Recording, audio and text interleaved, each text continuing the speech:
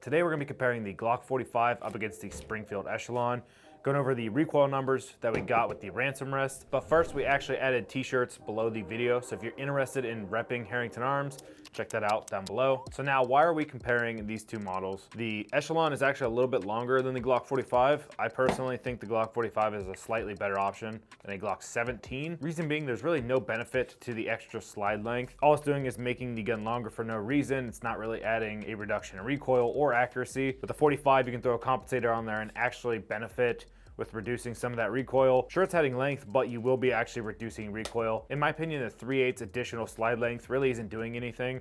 So that's why we chose the Glock 45 over the 17. I'm sure most people have heard of the Glock 45. If you have not heard of the Springfield Echelon, this is a newly released full-size handgun from Springfield that seems to be a direct competitor to the SIG P320 and the full-size Glock 45, Glock 17, and Glock 19. One of the big advantages right off the bat with the Echelon is going to be price. This gun in stock without the compensator, the threaded barrel, the optic, or the weapon light comes in at $550. We've also found kits with this gun plus 5 mags for $600. And if you do the math, that is a really good deal. What's really cool about Springfield is they offer this 17-round mag with 2 base plates that come with the gun itself. So if you want to have 2 15-round mags, you can do that. If you want to have 2 17-round mags, you can also do that, which is really awesome. And it's really a unique thing I haven't seen from many other manufacturers. And that's gonna be kind of a trend with this entire gun.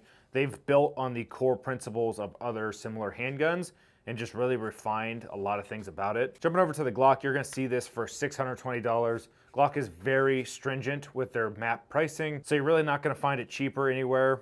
$620 seems to be the going price. And for the name and the reliability you get, I think $620 is pretty fair. Again, this is a Glock 45 MOS, so we do have the MOS optic system on there. And obviously no comp, no threaded barrel, no optic, no weapon light, no trigger, no Cogworks mag release. This is a little bit of a build. When you remove all that and you get 2 17-round magazines, I think it's not a bad price. Obviously where Glock shines is gonna be the aftermarket support. As you can see, we have a lot of stuff on here, but we'll actually talk more about that later. So now that we got price out of the way, looking at the weight of these two handguns, obviously we have a lot of attachments on here. They're almost identical. Both guns feel very similar, and when shooting, you really can't even tell a difference. So the weight is kind of negligible. So now let's take a deep dive into the Springfield Echelon. So moving forward, this is gonna be purely my opinion about this gun and including the Glock. A lot of people's opinions are gonna vary, especially when it comes to this polarizing Springfield Echelon. Jump right in, this gun does have an FCU system like the SIG P320. While it's not fully utilized with this build, I think Springfield is working on a lot of really cool things.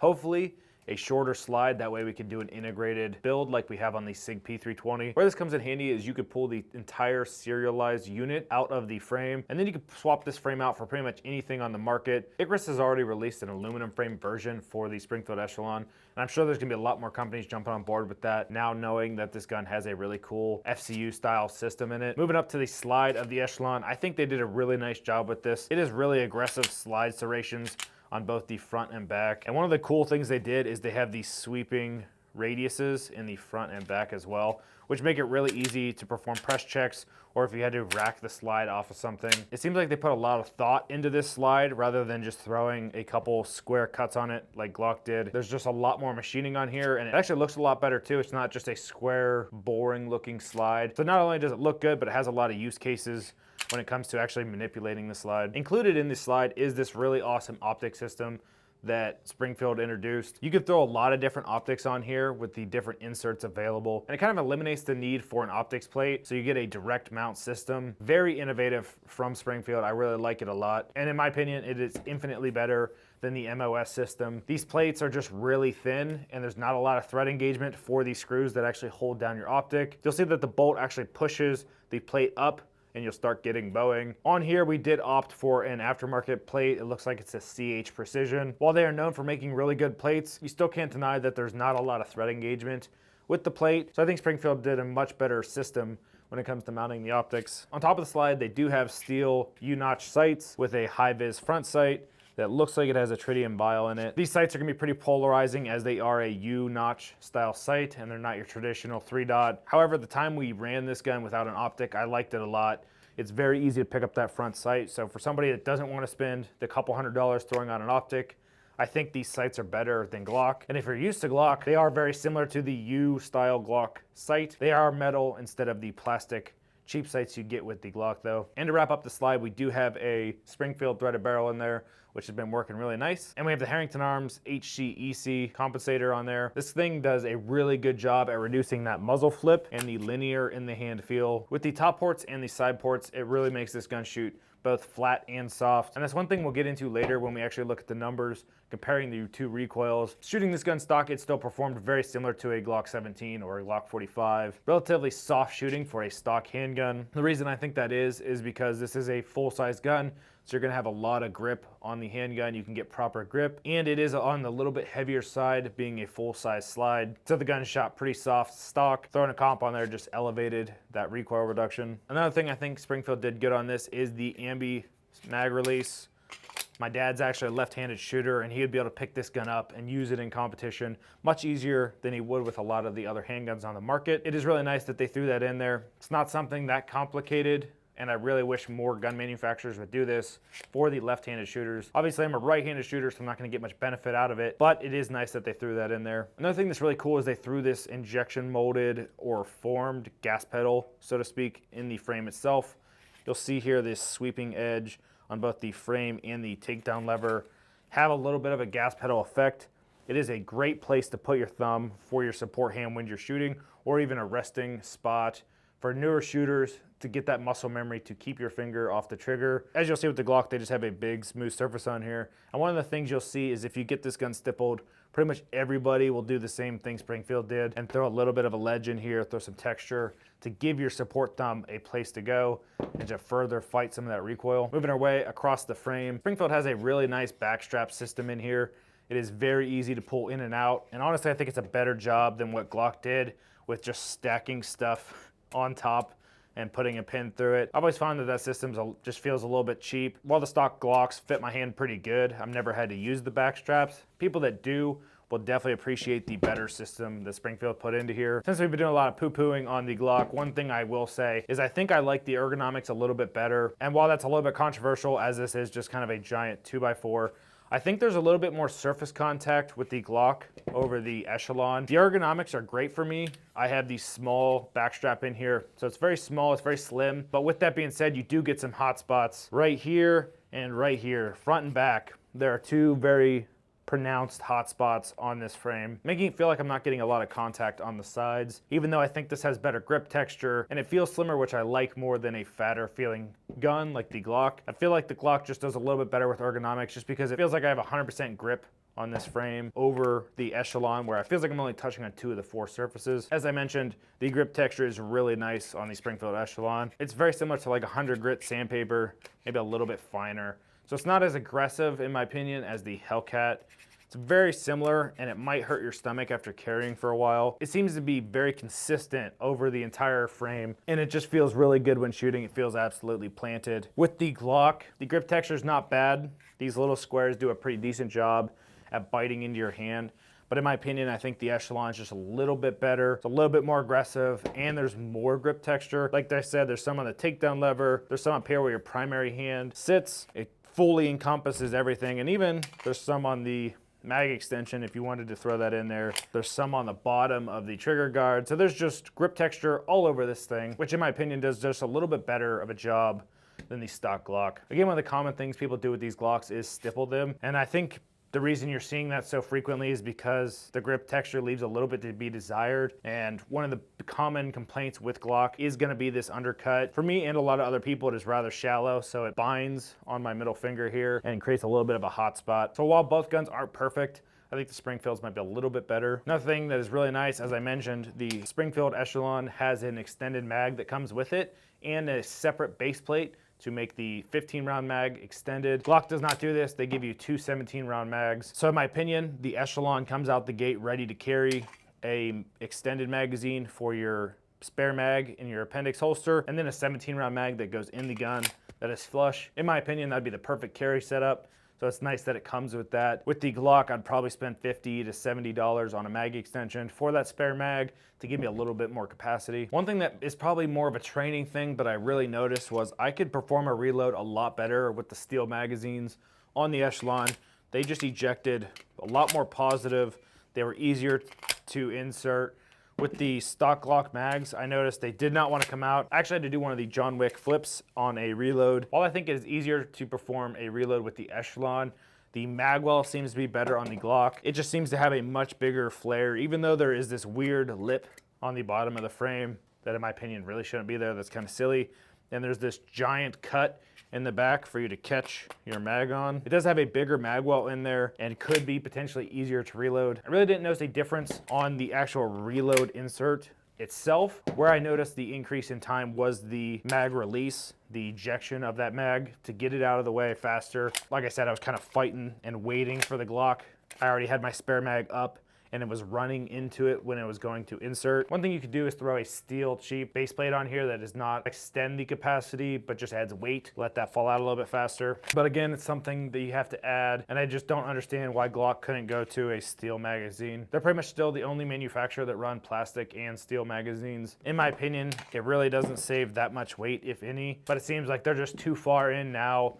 The Glock mag is so unanimous that there's really no reason to switch, but it is kind of annoying that with stock mags, it was a little bit more difficult to reload. And with the Magpul P mags, you can pretty much guarantee you're gonna have to do the John Wick flip to get that thing to come out. With all that plastic and how light that magazine is, it just really did not want to eject the bottom of the gun very fast at all. And last but not least, one of the more noticeable things I've seen with the Springfield Echelon is the trigger. It just has a better trigger in my opinion. Both the take up is very nice, the brake is very nice. It's a rolling brake, but it's very tactile. Rather light trigger pull, and the length of pull on the brake is perfect. It's not a long trigger pull. It sits more forward in the trigger guard. In my opinion, it is superior to the Glock. The reset is also semi-tactile. It could be a little more tactile. It does force your finger up nicely. You feel the click. I can shoot this gun pretty fast, but not that much faster than the Glock. All things considered, a stock Glock trigger is kind of a staple throughout the industry. While it's not perfect, there are a lot of great aftermarket solutions, which is kind of Glock's go-to. Make a decent gun that's reliable, and then let everybody else make it better. Not the best business model, but you can put a lot into a Glock to make it one of the better feeling guns on the market. Here we have an aftermarket trigger that still has a further back length of pull. I'm not sure if you could do much to actually change that internally, but this trigger is very nice. It's very tactile, has a perfect pull weight, so you can refine this. That's one of the bigger benefits of the Glock. When you look at the Glock, there's just infinite amount of aftermarket support, and it's probably one of the biggest pros for this gun is you can pretty much do anything you want to it, and you can find it pretty much anywhere on the internet. Whereas the Springfield Echelon is a newer gun that has really no history or no aftermarket support. If you want to get a gun that is known for reliability, that is known to have a huge customer base, the Glock kind of wins. I mean, if you're in a situation where you had to choose one gun that was unanimous across the population, the Glock's it. Everybody's gonna have Glock mags, everyone's gonna have Glock holsters, Glock accessories, and that's really the two biggest pros of the Glock is gonna be the reliability and the aftermarket support. The unanimous nature across the entire United States. Pretty much everybody has this gun. So parts are gonna be a little bit cheaper and easier to find. And as I already mentioned, I think the magwell is gonna be better on the Glock. I think the ergonomics are slightly better on the Glock. And another key thing I noticed with this gun is the grip angle is a little more aggressive. So it helps me fight recoil a little bit more. This gun just shot a little bit softer and a little bit flatter than the Echelon. So that is definitely gonna be a huge pro. While this gun looks better, has better systems, has more bang for buck, I can perform a little bit better with this gun, and that definitely speaks volumes. Another thing that is very interesting is if you pick up a Glock 19, 45, 17, 43X, Glock 26, you're gonna know what to expect with the trigger, the ergonomics, the grip texture, the system in general, the magazines. It is similar across all of its different models, including the subcompact guns. So you can take your 45 that is a Roland Special, go shoot it at a competition, put it away, grab your 43X for your carry setup, and it's gonna feel similar. If I take my 43X I'm carrying or a 365 and switch to the Springfield Echelon for competition, it's gonna take me a second to get used to how this gun shoots. It's gonna feel different. I'm gonna expect things different. The time it takes to return on target, the trigger pull, all those things feel significantly more different than the Glock lineup. So if you're somebody who wants to have that similar feel when you go through the different aspects of shooting, whether it's competition, concealed carry, home defense. The Glock definitely has a huge pro. And for me, shooting a lot of different guns all the time for YouTube, it's really refreshing to go back to my roots and have a gun that I'm comfortable with, that I have a lot of time with. And it just feels similar across all of the different models that Glock actually offers. Now let's talk about the actual recoil numbers between these two handguns. And you guessed it, they're almost the same.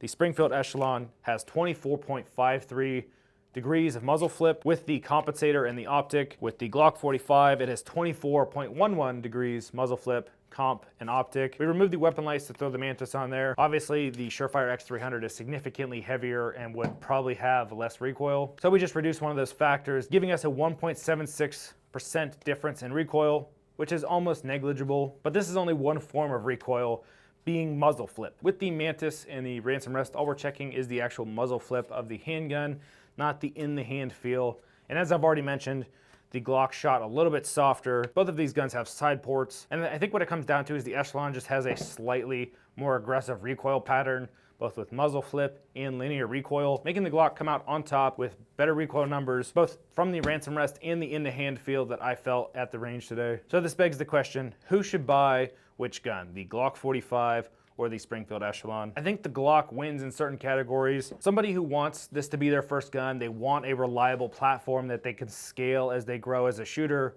Glock is gonna take the win there. Somebody who wants to buy a gun that feels the same, so they buy a Glock 45, throw a bunch of stuff on it, take it to a competition match, and then they buy a 43X and they want something they can concealed carry. They want that same feel and comfort level with their guns across all of their guns. Again, I think the Glock is just perfect for that setup. And lastly, the Glock is perfect for somebody who cares about reputation. Glock is known for reliability. You can take this gun anywhere, you can put it through its paces. Obviously, you can get it dirty and it will still run. Not as dirty as we did in one of our videos, if you guys want to check that out.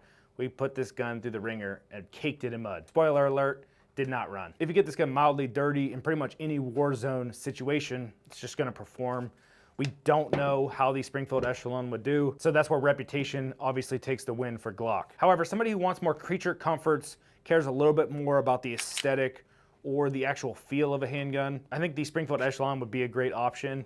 There's a lot of engineering involved in this setup. There's a lot of really great systems that they put into it. So scalability in the future with this FCU style system and the really solid optics mounting system. This gun is kind of hard to beat for the price. They definitely put their best foot forward, and I think it's a really solid gun. It just has yet to be fully vetted throughout the industry. I've only put a couple thousand rounds on this gun, and while it's been phenomenal, it's still not nearly as tested as the Glock, and there's not nearly as much aftermarket support. If you're somebody who likes trying newer things and wants a lot of these benefits, I think the Springfield is a great option. In my opinion, I have ran both these guns, and it's gonna be situational dependent, which I'm sure you all are sick of hearing. However, I think both guns are great options.